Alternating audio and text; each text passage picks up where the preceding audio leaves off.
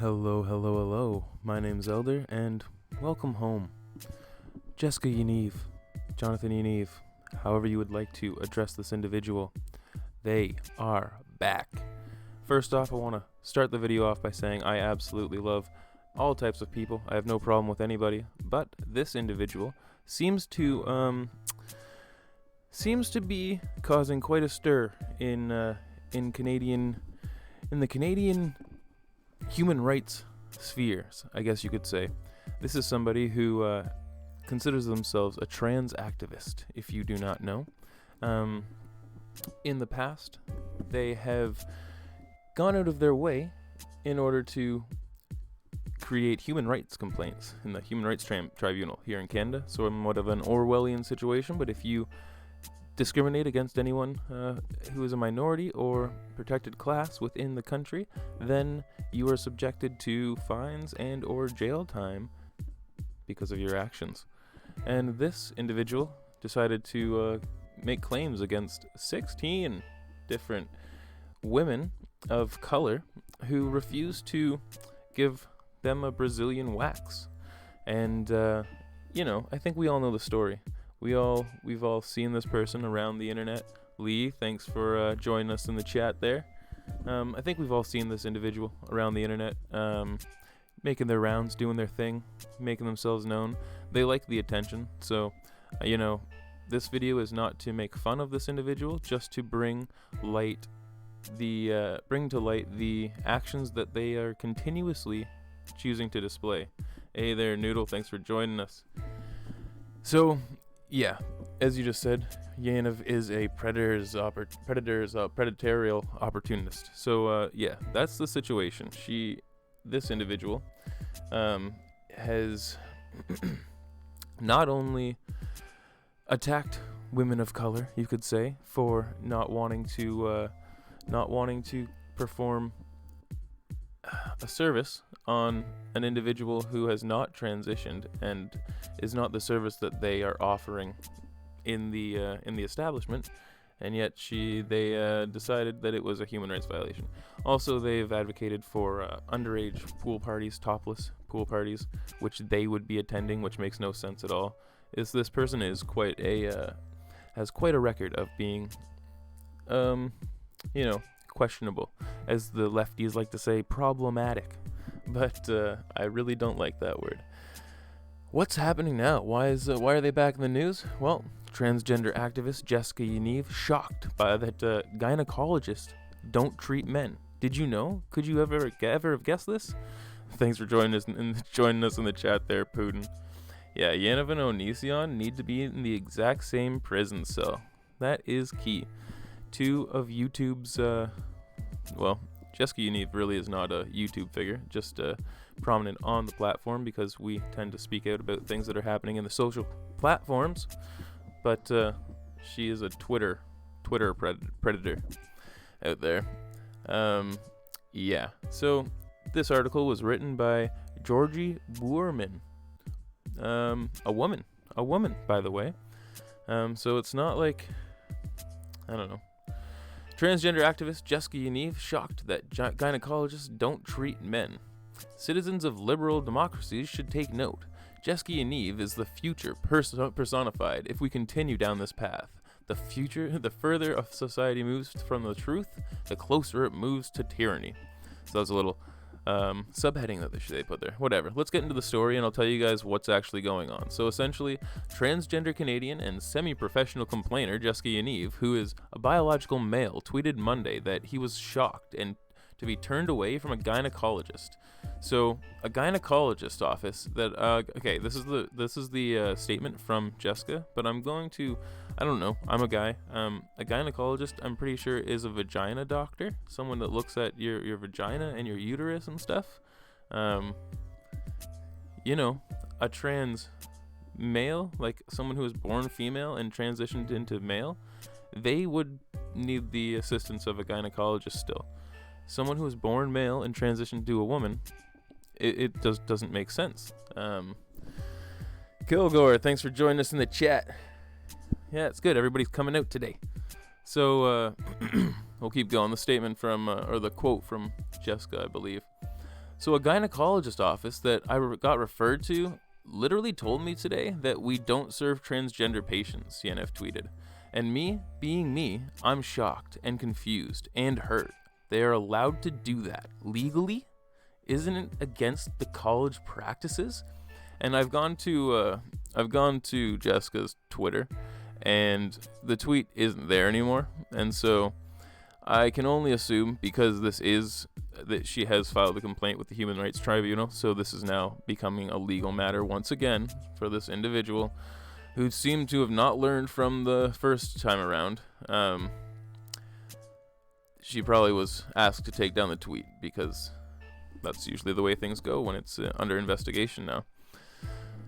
A complaint with the British Columbia Human Rights Tribunal against a group of home-based estheticians who refused to wax the complainant's male genitalia. The people that discriminated against me are forcing their release on society, Yaniv, and while representing himself before the tribunal according to the post-millennial, blah, blah, blah, blah, from before. We already talked about it.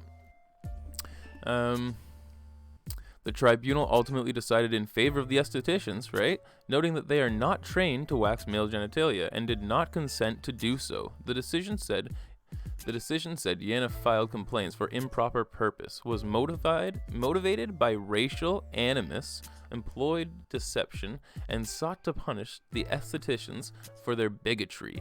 He was ordered to pay each of the 3 estheticians $2,000. So that's what ended up happening last time Yaniv decided that they would attack somebody for what they found to be, an attack on their human rights. But you can tell that their perception of life is just not, it's not there. There are definitely things that trans activists have to go out and fight for. This is not one of them.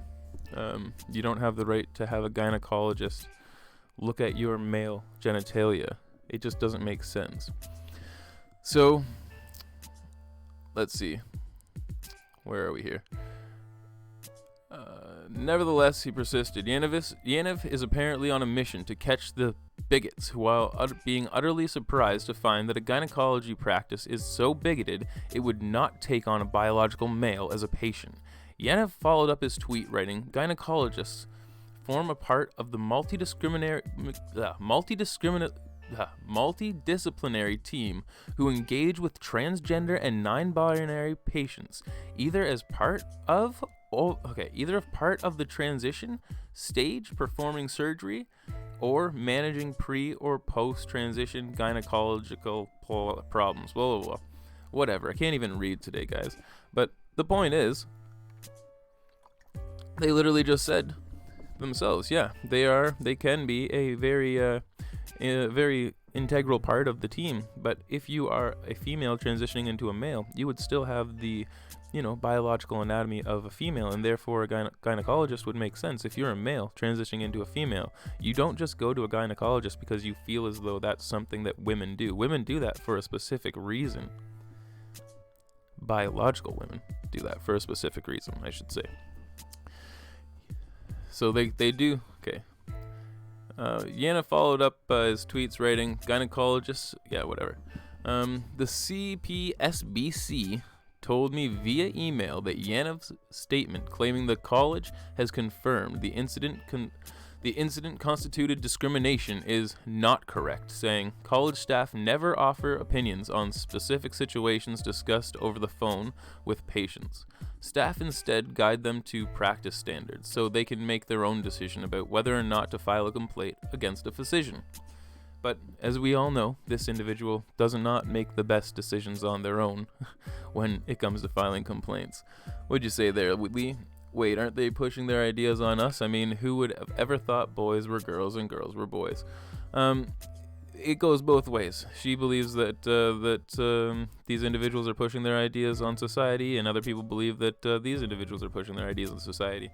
I think everybody's pushing a little bit of their ideas onto society when it comes down to it in the end. The spokesperson said the caller was directed to this practice standard regarding access to medical care, yada yada yada. So essentially, that's the situation. Where does it go? Trans rights are inherently coercive. Turning someone away from day-to-day services simply due to the way they self-identify should be repugnant to any decent human being. Asking someone who specializes in the female reproductive system to provide care for a biological male, care definitely outside the purview of their practice, however, is an assault on reality. Males and females are distinct from one another and cannot be blended, avoided, or transversed. I agree with the statement. When it comes down to biological care, that's the whole thing. That's why this individual has not gained traction and does not have support of even their own community, because they actively go out of their way in order to bring other individuals down, in order to distort the idea of reality. Biology is biology. When it comes to medical situations, sometimes there are things that are unavoidable, we still live in the real world, boys and girls. If you were born a male, I highly doubt that you're going to get ovarian cancer. But, let me know if I'm wrong. More importantly, this assault on reality is an assault on basic humanity and, if you're American, unconstitutional rights. The effort to reform society to burn the binary and halt oppressive cisgender norms not only disrespects your rights as a human being, or a human, or citizen, or equally demanded expressive, whatever, it violates those rights. People system, blah, blah, blah, she's just going on now. So she's not happy with the way that things are being put in. So, obviously it's an opinion piece because it's just a story, but it gives a bit of information about what's going on. Jessica Yaniv, we all know who it is. She is an individual, he, she, whatever you want to be. If you want to be respectful, you call her she. That's how she wants to identify. I'm fine with you identifying however you want. If that's what you're going with, then that's fine. But when it comes down to biological practices and medical situations, you can't avoid the truth around the situation, and you're only doing yourself a disservice by avoiding that reality. And if society continues to play this role and feed into this fantasy when it comes to actual medical situations like this, then I think it's safe to say that we're headed down the wrong path, and people are going to be it's going to do a disservice to individuals, more harm than good. So what do you got saying in the chat there, Dunzo? Anyone can have periods. Yeah, right? Anyone can have periods is a statement that this individual has brought to the table. Did you say there, Lee? Your question to trans people is, how do they know what it is to feel like the other gender? Well, because you and I don't feel that way, perhaps it's not really something for us, the way that we can't really imagine it too well. What I can assume is, though, if you, I wake up, I look down, I have a dick, I'm like, okay, that's good. I look in the mirror, I like my beard, I like the way that I look, I like the attributes that I display as a man. But if you didn't feel that way, if you felt as though how you should be, you don't like the fact that you have male genitalia, you don't like you feel really weird that you grow a beard and stuff, you're awkward about your body, you don't like being strong and masculine,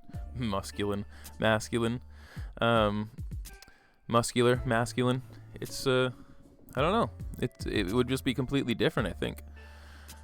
Would you say there, Putin? Sweden has Thunberg yet President Putin, who requires morality ethics classes to be taught in their schools, and their school is the bad guy. Yeah, I don't know. That's why MaxiPads took the female sign off the package. Yeah, Lee, I know. That's it's one of those things. Society pandering to a minority of individuals who seem to be very vocally loud. A vocal majority is not always the way that the majority of society feels. I don't know. I can't even really talk.